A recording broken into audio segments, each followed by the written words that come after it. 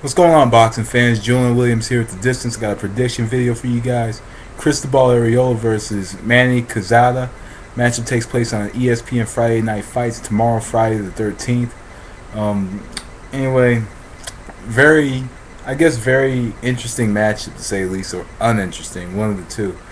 One thing I could say about this matchup is that this matchup could be a war.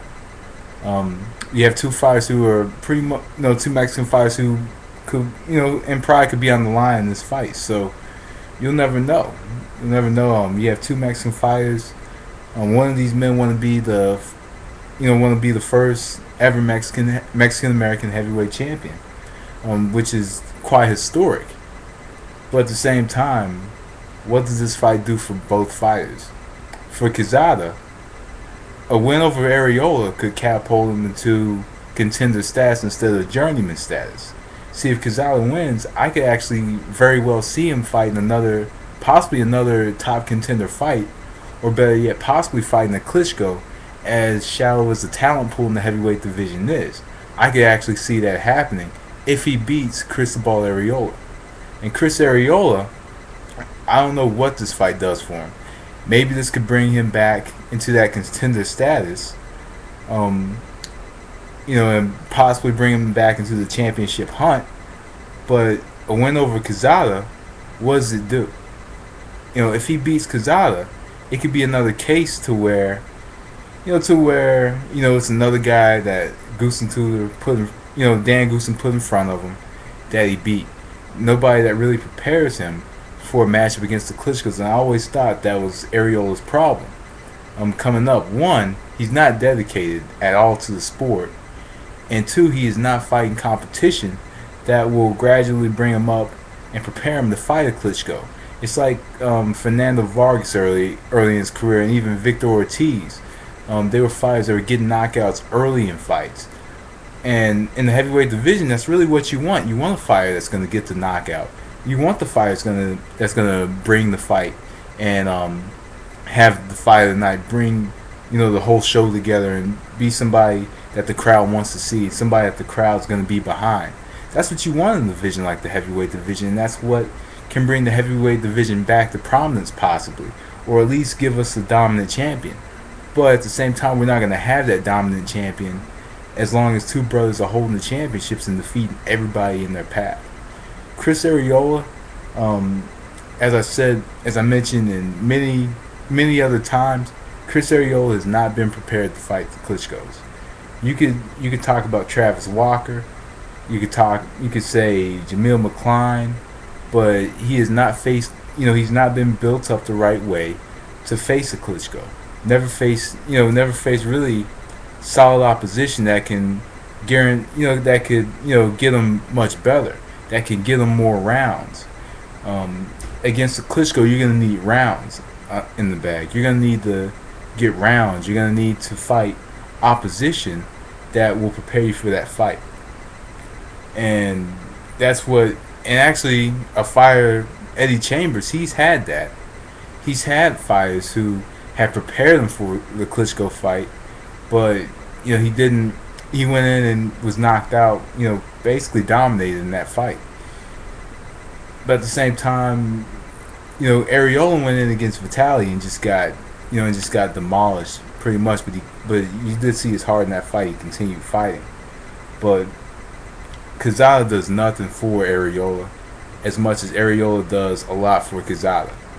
Now, if you look at Manuel Quezada, he has kind of a style to where he has kind of a very interesting defensive variation, where he kind of puts his hands up, he moves his shoulders a little bit, he kind of moves the upper body a little bit.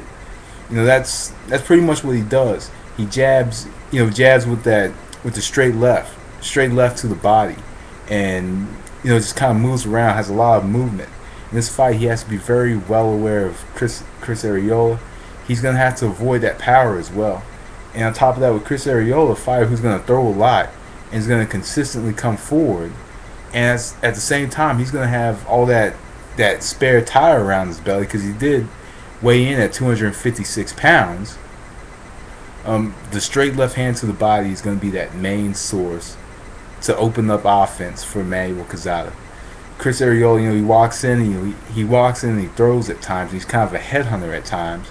Sometimes doesn't really dictate the pace with his jab, but he could lead in with his hooks, and those hooks land when he's coming forward, and those hooks land. But he does need to throw that jab to the body, hurt that soft tissue down the stomach, and soften him up a little more, even though he's soft down there already.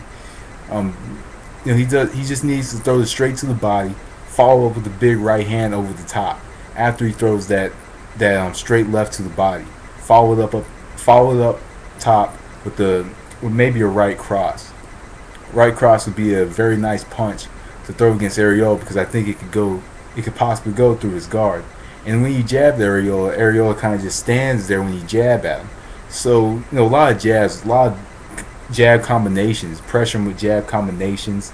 Use the movement a little bit, counter him with the right cross, straight left hand to the body. Those are pretty much the main sources that Quezada could use in a lot of movement, a lot of smart movement. If you look at his fights, he puts that glove up, but at the same time, who knows? Because Chris Arreola is different from the fighters that Quezada's faced. He's not a Jason Gavin or anybody, because Jason Gavin is hella slow. But Arreola's much faster, and he's on a different level. But to be smart, he has to counter and throw the left to the body, straight left shot to the body. Chris Arreola in this fight has come in, and I think he's gonna have to basically just bomb out Quezada. I think he's gonna have to come in, and he's gonna have to take him out early. Use the jab and pressure him with the jab, and just pretty much just swarm him into a corner. Put that head to the chest. He has a side advantage in this fight. What's kind of pathetic is the fact that Arreola is almost 30 pounds heavier than Quezada, which is quite pathetic. But he's 256. Quezada's 228. They both are kind of big, but Arreola's gonna have to put that head down, head to the chest, drive him to the ropes, and consistently go to the body, maintain a very consistent body attack, slow him down, and open up shots up top, find his openings using his jab, and just bomb him out early, get the fight over quick. That's really what Arreola needs to do. Use the jab to pressure him, go to the body, and just bomb him out. It's really what Arreola needs to do in this fight. I mentioned that it's quite pathetic that Arreola is 256 pounds. Really he's a fighter that should be about 230, 235, no bigger than that. But, as we see, he drinks, eats wherever he wants. Doesn't show any professionalism to the sport, coming in that big. So I'm going to go with Cristobal Arreola, but the victory does nothing to his career. He's going to continually come in the same each and every fight. I actually gave up on him before the Klitschko fight. But Arreola, I'm going to go with Cristobal Arreola, knockout by round 4. I think he'll knock him out in 4 rounds. And if it goes longer than that, then Arreola is not the fighter that we think he is. And really, I don't think he's the fighter that we all think he is, but hey, it is what it is with Arreola. But anyway, that was the distance. Thanks for watching. Peace.